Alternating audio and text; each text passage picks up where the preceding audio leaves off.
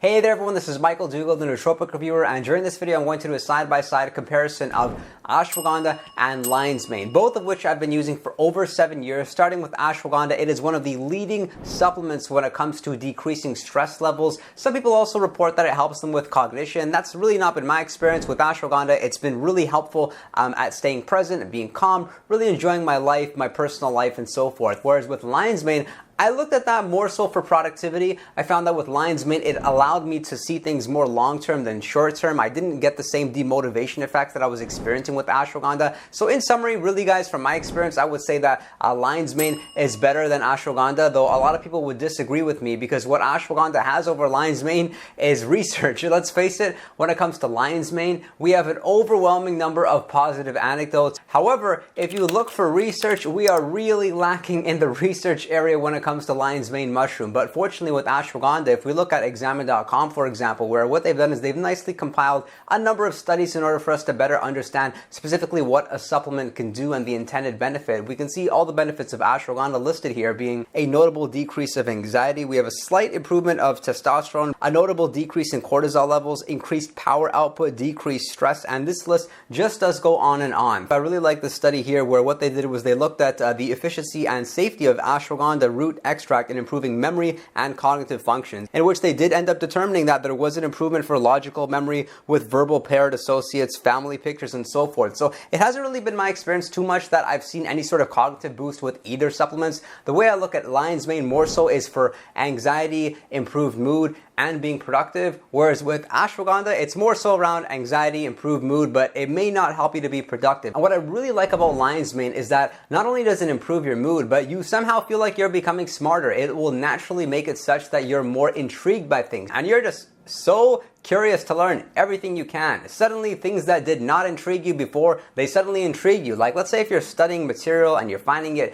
incredibly boring, don't be surprised if you start ingesting lion's mane and a week later you just love the material. And like, I'm in a sales role, but I am a very introverted person by nature, and I noticed that when I first started taking lion's mane, it was as if I was no longer introverted because of the fact that lion's mane generally made me more interested in people. I was having deeper conversations. My willingness to want to be social and to have new experience was far greater than what it was prior. Whereas with Ashwagandha, it's really not like it changes who you are. It changes you cognitively or makes you more flexible. It's just that it really decreases stress levels, and as a result, it may allow you to perform better when it comes to work and productivity. I do want to address something though. There's a lot of talk about Ashwagandha boosting testosterone levels. It hasn't really been my experience. Perhaps it can be your experience, because the mechanism of action in which Ashwagandha is responsible for boosting testosterone levels is mostly through reducing cortisol levels. So what happens is we experience different stressors, and we have acute stressors, we have chronic stressors, and those chronic stressors, which we of course know to be bad, we of course know them to hurt your immune system, to hurt your sleep quality. You could even look at it like Ashwagandha could be better from a health perspective. It's good for your immunity, it's definitely good for your hormonal system, whereas lion's mane doesn't really do too much that way.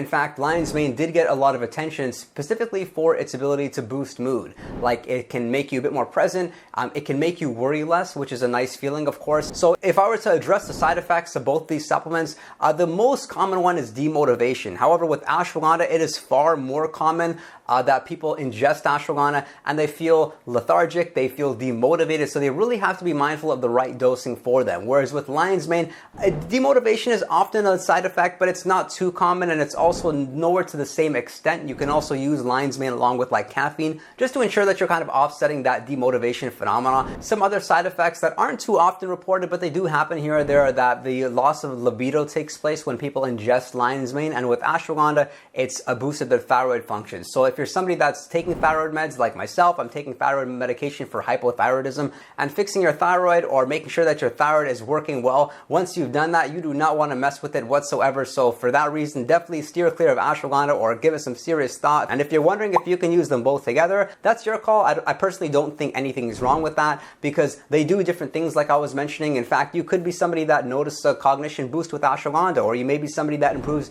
a better memory when you're taking lion's mane. So the way that you would want to start doing that is by taking like ashwagandha first, for example. Make sure that you do respond okay to it, and then separately you can try lion's mane by itself for a week or two, and then once you've ensured that you do respond okay, you don't get any negative side effects, then perhaps you can use them together. Of course, you can be the judge of that, but something great about both of these nootropics is they're very light, they're very subtle. You probably may not even notice them working. In fact, most people do and they give up on them, but be a bit patient with both of these. They're not like stimulants, like when we take caffeine or we take something like modafinil, we can notice it, and that's what motivates us to continue taking it. That's not with these supplements. You're going to be more likely to notice them working if you're somebody like myself, working very hard, having some sort of objective measures, or perhaps if you're somebody just overly stressed out, then hey, these are two great nootropics. The only one I can think missing from this stack is Bacopa Mineri, which I've talked about over here. Let's talk a little bit about both products now. This is the form of ashwagandha that I'm currently taking most of the time. It's the KSM 66, which is a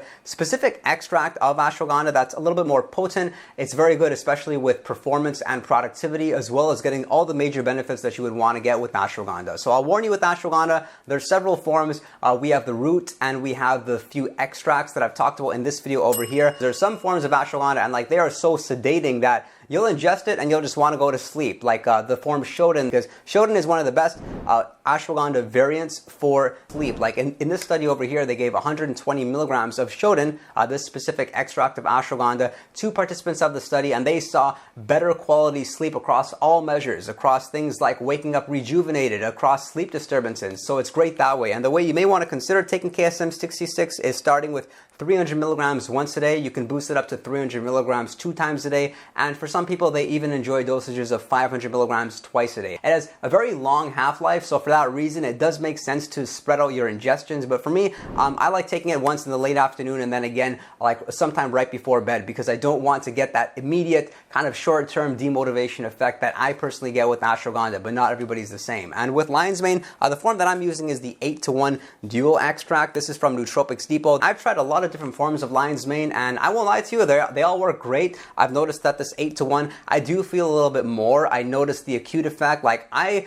can really tell once I've stopped taking lion's mane because I suddenly become attached to the outcome. If a client rejects me, it's bothering me more so than ever. Whereas with lion's mane 8-to-1, if a client rejects me, my mindset is just like, next, it does not matter, and I'm unattached to the outcome. And you have a really positive relationship to failure and learning, and sometimes even being convinced that failing is better than winning, because when winning, you're not learning to the same extent that you are when you're failing. So lion's mane, it helps you to be a bit unattached. It also helps you to see things really long term. So the way that I'm personally using lion's mane 8-to-1 is that I'm taking 300 milligrams twice a day. Sometimes I'm going up to 3 times a day, just depending on how I'm feeling. I prefer taking less and spacing it out more frequently throughout the day. And the other form of lion's mane that I really like is this FreshCap Focus. It's got lion's mane. It tastes great. I also do enjoy that lion's mane benefit along with it. Let me know, what's your favorite of the two? Is it ashwagandha or lion's mane? If you did get value from this video, of course, consider subscribing and drop a like. And if you would like to chat with me one-on-one, you can do so over on Patreon